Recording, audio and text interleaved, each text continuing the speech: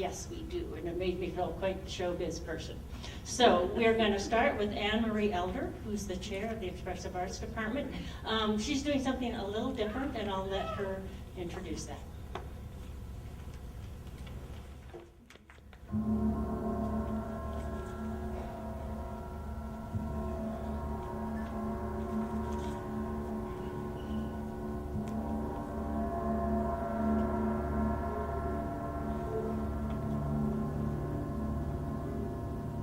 From there, after 6 days and 7 nights, you arrive at the city of Zobeide, the white city, well exposed to the moon, the streets wound around themselves as if in a scheme.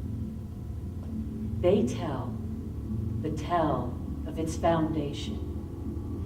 Men of various nations had an identical dream.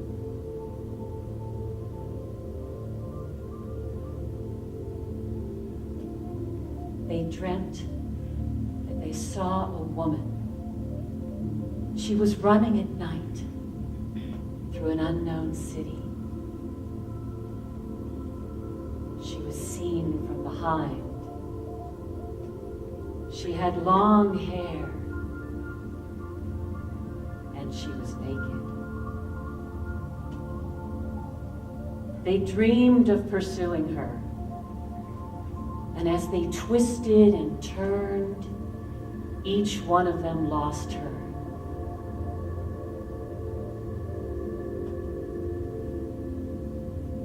After the dream, they set out in search of that city. They never found it, but they found one another. They decided to build a city like the one in their dream. They laid out streets. Each followed the course of his pursuit, and at the spot where they lost the fugitive's trail, they arranged spaces and walls differently from the one in the dream, so she would be unable to escape again. This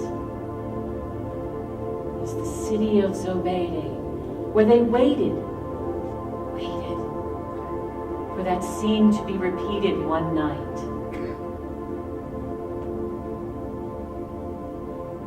None of them, awake or asleep, ever saw the woman again. The streets were streets where they went to work each day with no remembrance of the dream chase any longer,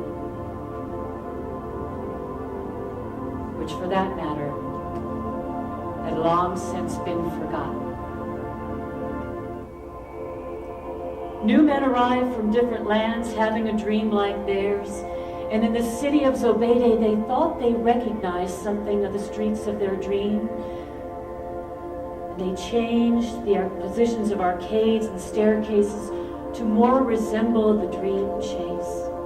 And so, at the spot where she had vanished, there would remain no avenue of escape. The first to arrive could not understand what drew these people to Zobeide, this ugly city, this trap.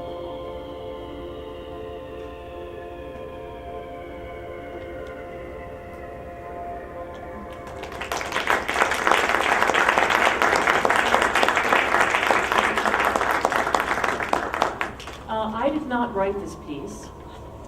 It was actually written by Italo Calvino, and it comes from one of his books called Invisible Cities.